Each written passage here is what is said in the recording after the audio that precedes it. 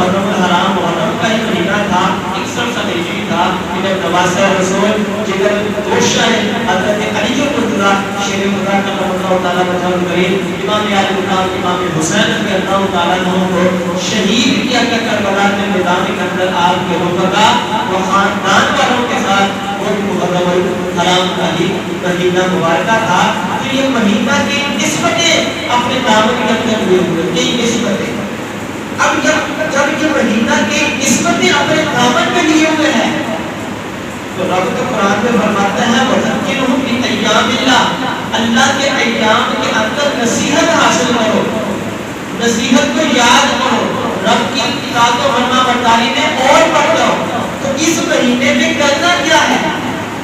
کہا اس مہینے کے اندر رب کی کتاب اور بڑھانی ہے, اس کے اندر رب کی بندگی اور زیادہ کرنی ہے, رب تعالیٰ کی کتاب والے کام اور بڑھا دینے ہیں.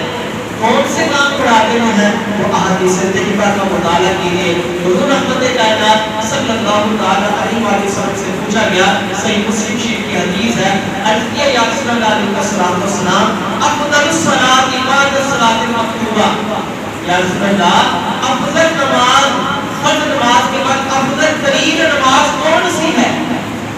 فرض نماز کے بعد افضل ترین نماز کون سی ہے؟ نبی رحمت علیہ السلام نے ارشاد فرمایا الصلاۃ فی جوف الليل, رات کے درمیان میں رب کی عبادت کرنا, کھڑے ہو کر دعا کرنا. افضل ترین فرضوں کے بعد افضل ترین یہ عبادت ہے. اور کہا کہ افضل الصیام بعد رمضان, رمضان کے بعد افضل ترین روزے ہیں وہ کون سے روزے ہیں؟ الصیام فی شہر اللہ المحرم, وہ اللہ کے مہینہ محرم کے اندر روزہ رکھنا. اللہ کے مہینہ محرم الحرام کے اندر روزہ رکھنا, رمضان کے روزوں کے بعد افضل ترین روزے. تو یہ مہینہ کو رب تعالیٰ نے اپنی طرف نسبت کی ہے کہ محرم الحرام کس کا مہینہ ہے؟ کہا یہ اللہ کا مہینہ شہر اللہ محرم. یہ کوئی معمولی مہینہ نہیں ہے, بڑی برکتوں والا مہینہ ہے. شہر اللہ رب نے اس کو فرمایا, صحیح مسلم شریف کی حدیث ہے, کہا یہ اللہ کا مہینہ ہے, اس میں روزے رکھنا, رمضان کے بعد روزے رکھنا سے جو ہے وہ رمضان کے بعد افضل ترین جو روزے ہیں وہ محرم الحرام کے روزے ہیں. اور اس مہینے کے اندر کیا ایام کیا معاملات کرنے ہیں؟ حضور رحمت کائنات صلی اللہ تعالیٰ علیہ وسلم نے ارشاد فرمایا کہ جو محرم الحرام کے اندر 10 محرم الحرام کا روزہ رکھتا ہے, 10 محرم الحرام کا روزہ رکھتا ہے, تو ارشاد فرمایا احتسب علی اللہ ان یکفر السنۃ التي قبلہ, مجھے رب پر پکی امید ہے کہ رب تعالیٰ اس ایک دن کے روزے کی برکت سے پچھلے 1 سال کے صغیرہ گناہوں کو معاف فرما دے گا. ایک دن کے روزے کی برکت سے. اور حضور رحمت علیہ نے خود روزہ رکھا اور صحابہ کو روزہ رکھنے کی ترغیب دی, صحابہ روزہ رکھا اور ارشاد فرمایا یہودی روزہ رکھتے ہیں کیونکہ مسلمان وہ حضرت موسیٰ علیہ السلام نے فرعون سے جب نجات پائی تھی وہ بھی 10 محرم کا ہی دن تھا. فرعون اپنے لشکر سمیت غرق ہو گیا تھا دریائے نیل میں, موسیٰ علیہ السلام پر اپنی نجات 10 محرم کا دن تھا, وہ روزہ رکھا کرتے تھے یہودی لوگ. تو فرمایا کہ جب حضور نے مدینہ کی تربیت فرمائی ان کو دیکھا روزہ رکھتے ہیں, فرمایا تم سے زیادہ ہم موسیٰ علیہ السلام کو ماننے والے ہیں, اے یہودیوں تم سے زیادہ ہم موسیٰ علیہ السلام کو ماننے والے ہیں, ہم ان کے زیادہ حقدار ہیں. کہا اگر وہ روزہ رکھتے ہیں, ان پر رب نے انعام کیا, وہ روزہ رکھتے ہیں تو مسلمان بھی روزہ رکھیں گے, لیکن ساتھ ایک شرط ہے, وہ شرط یہ ہے کہ یہودیوں کی مخالفت کر کے روزہ رکھنا ہے کہ وہ ایک دن 10 کا روزہ رکھتے ہیں, انہوں نے یا تو 9ویں کو ملا لینا ہے یا پھر 11ویں کا ملا لینا ہے, ان کی مخالفت کر کے روزہ رکھنا ہے. تو فرمایا گیا کہ اس مہینے میں عبادت کرنی ہے, ہمارے حسنات کرنی ہے, روزے رکھنے ہیں, نوافل پڑھنے ہیں, عبادات کرنی ہے, صدقہ کرنا ہے. حضور رحمت عالم کے ساتھ اس نے ارشاد فرمایا کہ اس مہینہ کے اندر اور بالخصوص 10 محرم کے دن جو اپنے گھر والوں کے رزق میں کشادگی کرتا ہے, رب تعالیٰ آئندہ سال پورا سال ہی اس کے رزق کے اندر فراخی عطا فرما دیتا ہے, پورا سال اس کے لیے کشادگی فرما دیتا ہے. تو جو چاہتے ہیں کہ پورا سال یا آسانی سے گزر جائے, 10 محرم کے دن اپنے بچوں پر, اپنے گھر والوں پر رزق میں کشادگی کرتے, فراخی کرتے, دسترخوان وسیع کرتے. فرمایا بابا حضور نے ارشاد فرمایا, حدیث ہے تو فرمایا پورا سال اللہ تعالیٰ آسانی کے ساتھ گزارنے کا، وسعت کے ساتھ، خوشحالی کے ساتھ گزر جاؤ گے۔ تو یہ مہینہ عبادت کا مہینہ، یہ مہینہ نوافل کا مہینہ، یہ مہینہ روزوں کا مہینہ ہے، صدقہ خیرات کا مہینہ ہے۔ جس طریقے پر غریب کو صدقہ دینے کا ثواب ملتا ہے، اسی طریقے پر اچھی نیت رکھ کے اپنے گھر والوں پر خرچ کرے تو اس پر بھی صدقے کا ثواب عطا ہوگا۔ گھر والوں پر کون خرچ نہیں کرتا؟ آپ میں سے ہر شخص گھر والوں پر خرچ کرتا ہے، لیکن اس نیت سے کہ رب کا حکم ہے، اس نیت سے رب کا حکم ہے اور صلہ رحمی کی نیت ہو، ان کے ساتھ بھلائی کا حکم جو رب نے کیا، اس رب کے حکم کو مانتے ہوئے میں کروں گا خدمت گزاری اور گھر والوں کو جو ہے وہ فراہمی کروں گا، اور بندہ جو گھر میں جو وہ لے کر آ رہے چیزیں رب اس پر بھی ثواب عطا فرمائے، رب اس پر بھی اجر عطا فرمائے گا۔ نیت کی وجہ سے فرمایا کہ کئی اعمال پر رب تعالیٰ اجر عطا فرماتا ہے، ثواب عطا فرماتا ہے۔ تو یہ اعمال کرتے ہیں، عبادات اس مہینے میں کرتے ہیں، لیکن افسوس کی بات یہ ہے، افسوس کی بات یہ ہے کہ اتنا بابرکت مہینہ ہے، ایام اللہ میں سے یہ مہینہ ہے، شہر اللہ ہے، لیکن افسوس یہ ہے کہ اس مبارک اور بابرکت مہینے کی پامالی کی جاتی ہے ناجائز کام کر کے، اس مبارک اور بابرکت مہینے کی پامالی کی جاتی ہے ناجائز رسومات کو نبھا کر اور ناجائز خرافات کر کے، اس بابرکت مہینے کی پامالی کی جاتی ہے کہ یہ تو مہینہ نسبتوں والا ہے، نبیوں کے ساتھ اس کی نسبت رہی ہے، اور رب تعالیٰ نے فضل فرمایا ہے حضور کے نواسے کی بھی نسبت اسی مہینے کے ساتھ فرمائی ہے۔ تو اس مہینے کے اندر ناجائز رسومات نہیں کرتی، خرافات نہیں کرتی، اس مہینے کے اندر کرنے والے کام میں نے گنوائے ہیں وہ کام کرتے ہیں، اور کہا ناجائز رسومات اس مہینے میں کیا ہوتی ہے، ناجائز رسومات، اور افسوس تو یہ ہے کہ ان ناجائز کو ثواب سمجھ کر لوگ کرتے ہیں، ہے ناجائز گناہ حرام، حدیث میں واضح صراحت موجود، لیکن لوگ بے خبر اور اس کو ثواب سمجھ کر وہ امور کو بجا لا رہے ہیں۔ نمبر ایک کہا یہ محرم الحرام کو سوگ کا مہینہ نہیں، محرم الحرام ہے سوگ کا مہینہ نہیں ہے، اور نہ ہی اس کو سوگ کے ساتھ تعبیر کیا جائے، نہ ہی اس کو سوگ کے ساتھ تعبیر کریں۔ آپ نے ایک جملہ سنا ہوگا، آپ کی توجہ اس طرف چلی جائے گی کہ عام طور پر میڈیا پر یا ٹی وی چینل پر یہ ایک اشتہار لگا ہوتا ہے، یا یہ جو ہے وہ چلا رہے ہوتے ہیں رپورٹ کہ محرم ال10 محرم ہو کہ پورا عالم اسلام سوگوار ہے۔ یہ جملہ کہیں آپ کی نظروں سے کئی بار گزرا ہوگا، پورا عالم اسلام سوگوار ہے آج کے دن، سوگوار مطلب سوگ کرنا، پورا عالم اسلام سوگوار ہے، یہ جملہ کئی بار نظروں سے گزرا ہوگا۔ بھائی سوگ کی 3 دن کے بعد اجازت نہیں ہے، کس نے اجازت کی تھی؟ آپ کے اور میرے آقا صلی اللہ علیہ وسلم کا فرمان سماعت کیجیے، صحیح بخاری شریف کی حدیث مبارکہ ہے، اور حدیث نمبر 1228 1280 ہے، 1280 نمبر حدیث ہے، صحیح بخاری شریف کی حدیث ہے، حضرت ام حبیبہ رضی اللہ تعالی عنہا حضور کی زوجہ ہے، ام المؤمنین ہے، جن کے والد حضرت ابو سفیان رضی اللہ تعالیٰ جنہوں نے کلمہ پڑھا، حضرت امیر معاویہ رضی اللہ تعالیٰ عنہ کے والد ابو سفیان رضی اللہ تعالیٰ عنہ، اور ام حبیبہ کون تھی؟ ابو سفیان کی بیٹی تھی، امیر معاویہ کی بہن تھی۔ ام حبیبہ رضی اللہ تعالیٰ عنہ کہتی ہے جب میرے والد کا انتقال ہوا، یعنی حضرت ابو سفیان کا انتقال ہوا، ام حبیبہ رضی اللہ تعالیٰ عنہ نے 3 دن جب گزر گئے، 3 دن کے بعد زرد رنگ بنوایا اور خوشبو منگوائی، وہ دونوں چیزیں اپنے بدن پر لگائی، زرد رنگ بھی لگایا اور خوشبو لگائی، یعنی زینت اختیار کی، اور پھر ارشاد فرمایا سمعت رسول اللہ صلی اللہ علیہ وسلم یقول، کہا میں نے حضور رحمت کائنات علیہ السلام کو فرماتے ہوئے سنا ہے، لا یحل لامرأۃ تؤمن باللہ والیوم الآخر، کسی عورت کے لیے جو اللہ اور آخرت پر ایمان رکھتی ہے کسی عورت کے لیے حلال نہیں ہے۔ کیا حلال نہیں ہے؟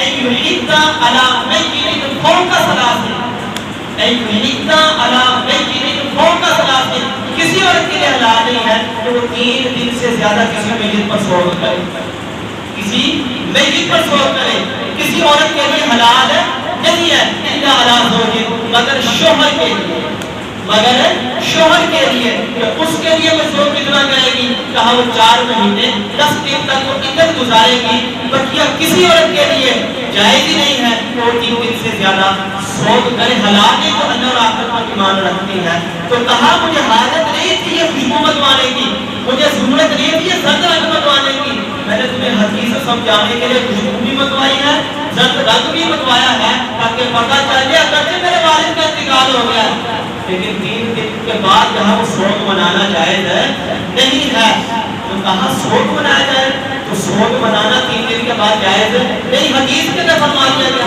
تو یہ جملہ کیا ہے؟ پھر مسلمانوں پر تہمت ہے کہ پورا عالم اسلام سوگ مانا، قطعاً جائز نہیں ہے، قطعاً جائز نہیں ہے، سوگ منانا 3 دن کے بعد حرام ہے، ناجائز ہے۔ اعلیٰ حضرت شاہ امام احمد رضا خان رحمۃ اللہ تعالیٰ نے فرماتے ہیں فتاوی رضویہ کے اندر، وہ فرماتے ہیں کہ سوگ کی صورتوں میں سے نمبر 1 کہا کہ اپنے گھر کے اندر جھاڑو نہ دینا، سوگ کی نیت ہو کہ گھر میں جھاڑو نہیں دے رہے، میلے کچیلے کپڑے پہنے ہوئے ہیں، اور کہا کہ 4 پنجوں الٹی کر دی جائے، تو یہ سوگ کی صورتیں ہیں، سوگ کی صورتیں ہیں، اور اس طور پر اپنے چہرے پر خوشی نہ لائی جائے کہ ہم سوگ کے اندر ہیں، تو کہا یہ ساری سوگ کی صورتیں ہیں، اور شریعت اسلامیہ کے اندر 3 دن سے زیادہ سوگ جائز نہیں ہے۔ تو یہ جملہ کبھی بھی اپنی زبان پر نہیں لانا چاہیے کہ سوگ منا رہے ہیں ہم، حضرت امام علی مقام امام حسین کا سوگ نہیں مناتے، ہمیں تو فخر ہے نواسہ رسول پر کہ جس قدر وہ جرأت و بہادری کے ساتھ دعوت کے آگے ڈٹ گئے ہیں، جس قدر وہ شجاعت کے ساتھ وہ شیر خدا کا شیر ہے، اس کو تو آپ اس دن جس طریقے پر یہ بیان کیا جا رہا ہوتا ہے میڈیا پر، دیگر لوگ معاذ اللہ جو ہے وہ کسی اور فرقے سے تعلق رکھتے ہیں، جس طریقے پر وہ بیان کر رہے ہوتے ہیں شہادت کربلا، وہ تو کیوں لگ رہا ہوتا ہے کہ امام حسین کو بے بس تھے، امام حسین کو مجبور تھے، امام حسین کو بعد جان چھڑا رہے تھے، امام حسین کو معافیاں مانگ رہے تھے کہ ہمیں چھوڑ کے گئے، اس طور پر پیش کیا جاتا ہے۔ کبھی بھی ایسی بات نہیں تھی، نواسہ رسول جو ہے وہ شیر خدا کا شیر ہے، نواسہ رسول جرأت کے ساتھ کھڑا تھا، نواسہ رسول نے یہ باطل کے سامنے سر بلند کر کے بتایا کہ یہ سر کٹ جائے یا رہ جائے، کہ اس کی فکر ہی نہیں ہے، فکر اس کی ہے کہ میرے حضور کا دین سلامت رہ جائے، میرے حضور کی شریعت سلامت رہ جائے، میرے نانا جان کا دین جو ہے وہ قیامت تک کے لیے برقرار رہ جائے، مجھے اس چیز کی فکر ہے، میں ظالم کے ہاتھ میں ہاتھ دے ہی نہیں سکتا۔ تو یہ انہوں نے بتایا، یہ جرأت پیدا کی ہے، اور اسی چیز کی جرأت کی آج جو ہے وہ ضرورت ہے کہ مسلمان بھی جو ہے اپنے اندر دینی حمیت پیدا کرے، دینی غیرت پیدا کرے، تو سوگ منانا جائز نہیں۔ اسی طریقے پر دوسری چیز کیا کی جاتی ہے؟ کہاں لوہا کیا جاتا ہے۔ لوہا کسے کہتے ہیں؟ لوہا کہتے ہیں آواز کے ساتھ چیخنا، آواز کے ساتھ چلانا، چہرے پر مارنا، سینے پر مارنا، پیٹنا، چلانا، یہ لوہے کی ساری صورتیں ہیں۔ اور حضور رحمت کائنات علیہ السلام کی حدیث سماعت فرمائے، نبی پاک علیہ السلام نے ارشاد فرمایا، سنن ابی داؤد کی حدیث ہے، حدیث نمبر 3128 ہے، حضور رحمت کائنات علیہ السلام نے ارشاد فرمایا، لعن رسول اللہ صلی اللہ علیہ وسلم النائحۃ المستمیۃ، رسول کائنات علیہ السلام نے نوحت کرنے والوں پر اور نوحت سننے والوں پر لعنت فرمائی۔ آج کیا ہے؟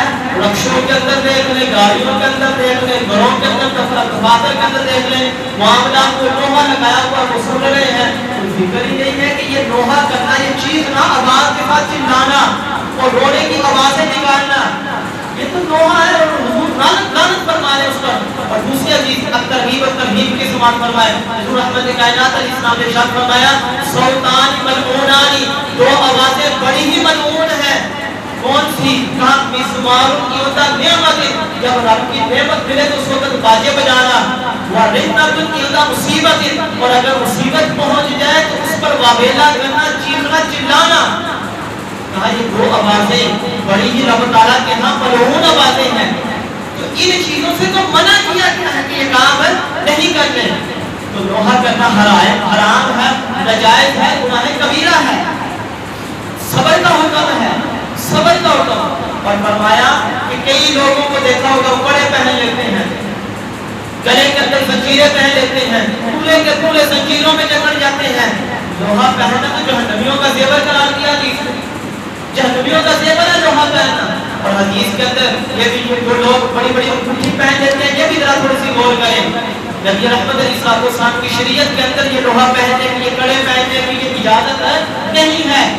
اجازت کس چیز کی ہے؟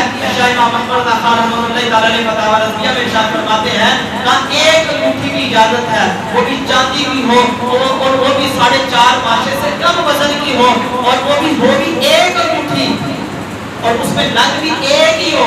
چھوٹے چھوٹے مٹری بنا نگ بھی نہیں ہونے چاہیے، کہیں ایک ہی نگ ہو، ایک ہی انگوٹھی ہو، اور وہ بھی چاندی کی 4.5 ماشے سے کم وزن کی ہو، وہ انگوٹھی آپ کے لیے پہننا جائز ہے. ادروائز انگلیوں سے پال لینا یہ ناجائز ہے، حرام ہے. جہنمیوں کا زیور حدیث میں قرار دیا گیا کہ لوہے کو تو امام حسین کا فقیر بنا لینا، امام حسین کا بندہ بنا لینا.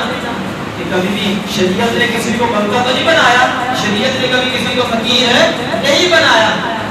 تو یہ ناجائز رسومات ہیں، اس کو ختم کرنا چاہیے. پھر تعزیہ بنایا جاتا ہے، وہ تعزیہ گلیوں کے اندر لے کر ہوتے ہیں.